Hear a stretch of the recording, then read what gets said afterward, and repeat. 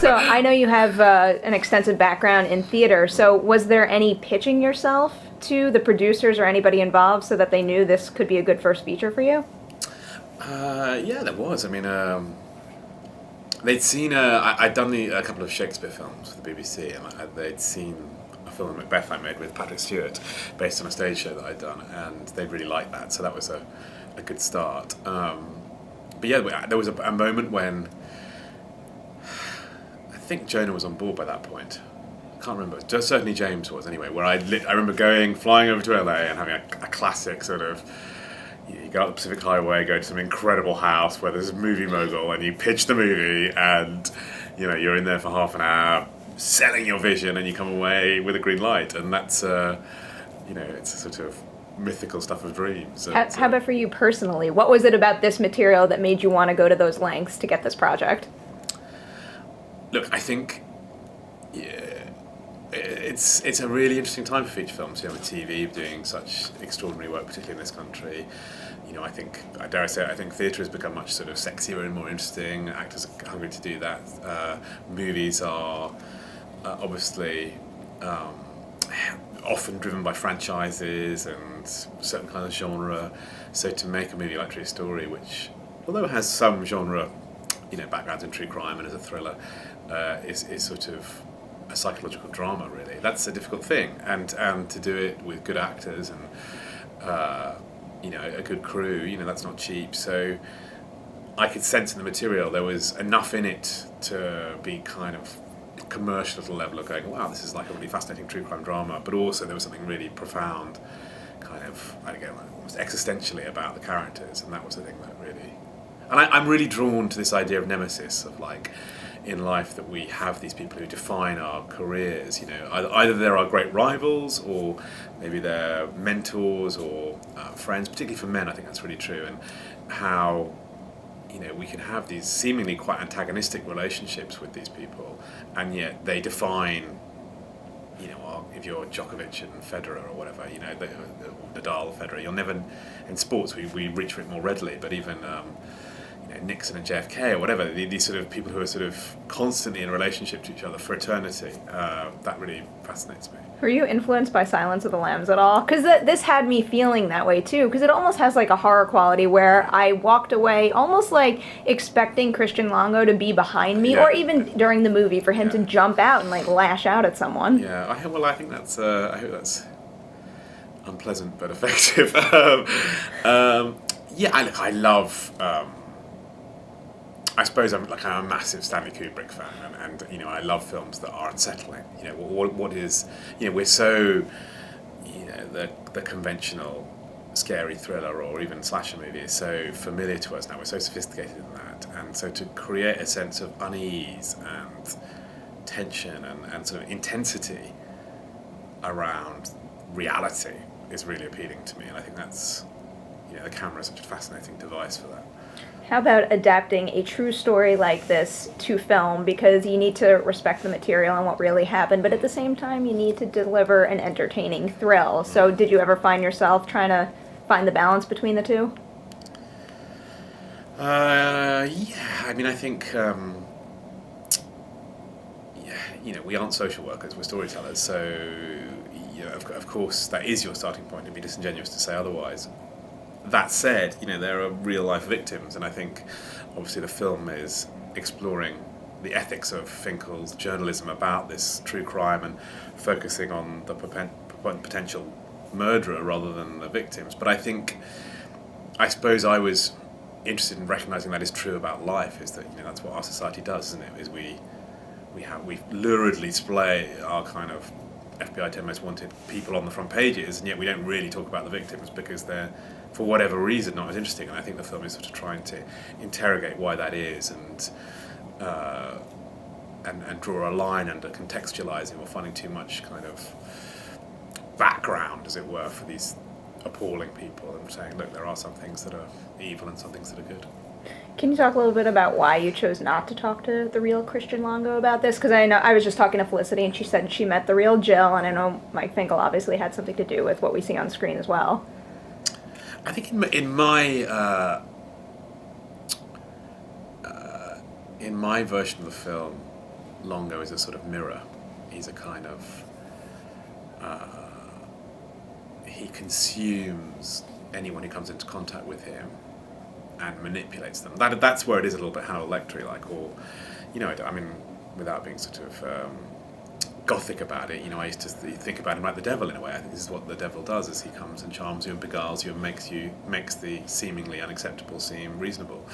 So I was more interested in him as a kind of an effect on Finkel, and I suppose I'm more like Finkel. I'm a sort of middle class liberal who's sort of interested in culture and the arts and is compassionate towards criminals at some level, and I'm just the kind of person who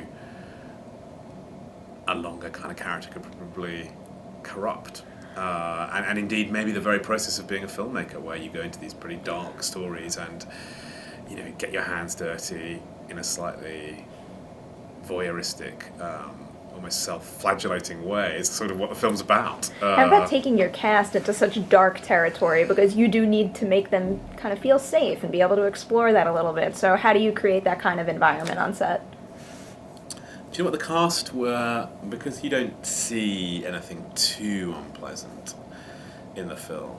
The cast were able, I think, not to.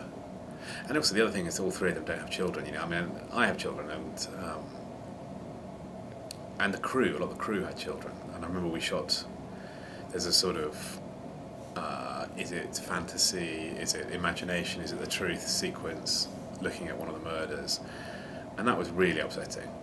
Even though it was like a dummy, and kind of all we all know the sort of techniques of film, and you stand back from it and go, "This is ridiculous." They just push, it's just props. Even just looking at the happy stuff you film, just knowing what happens in the film, I almost had a hard time watching it and imagining what it must have felt like to shoot that still. Yes.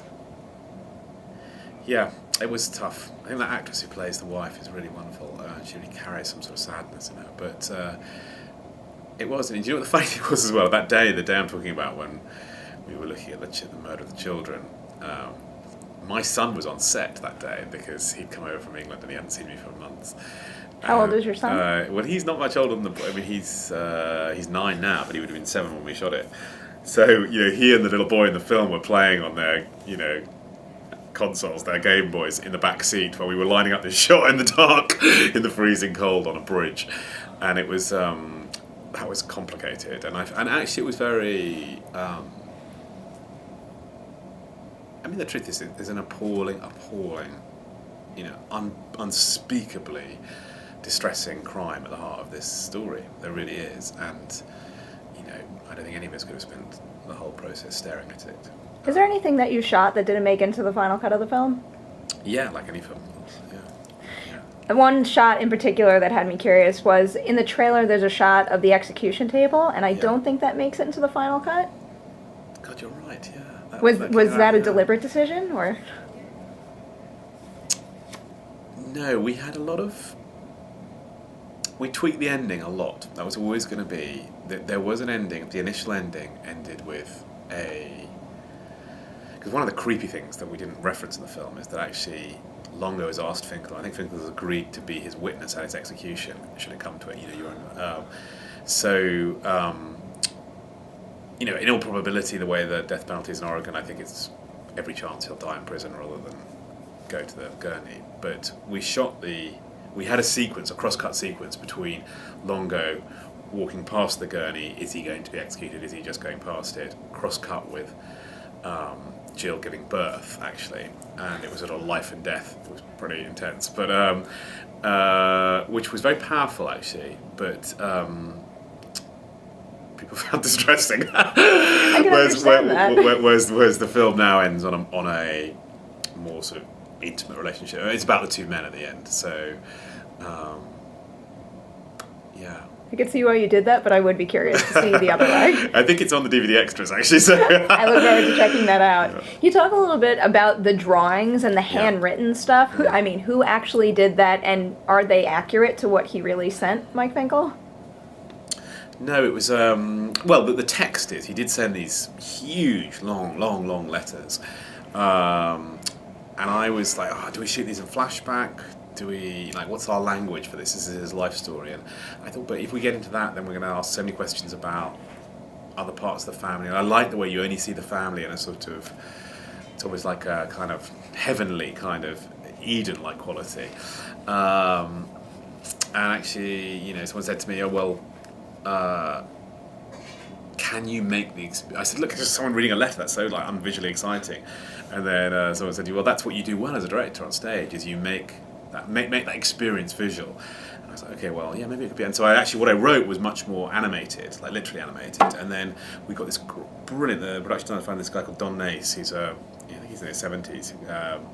Illustrator, cartoonist who kind of lives in New York, and his visual style was so extraordinary. We didn't do any of the animation. We just shot those books because the drawings are extraordinary, and he just sort of got into the head. He read the book, read the script, and he was in our production office drawing. And I'd come in and go, well, maybe what about this idea? And so the illustrations became a sort of visual representation of Longo's mind. I can't tell what this says about me, but if I were you and I directed this movie, I'd probably take those home and frame them and hang them up.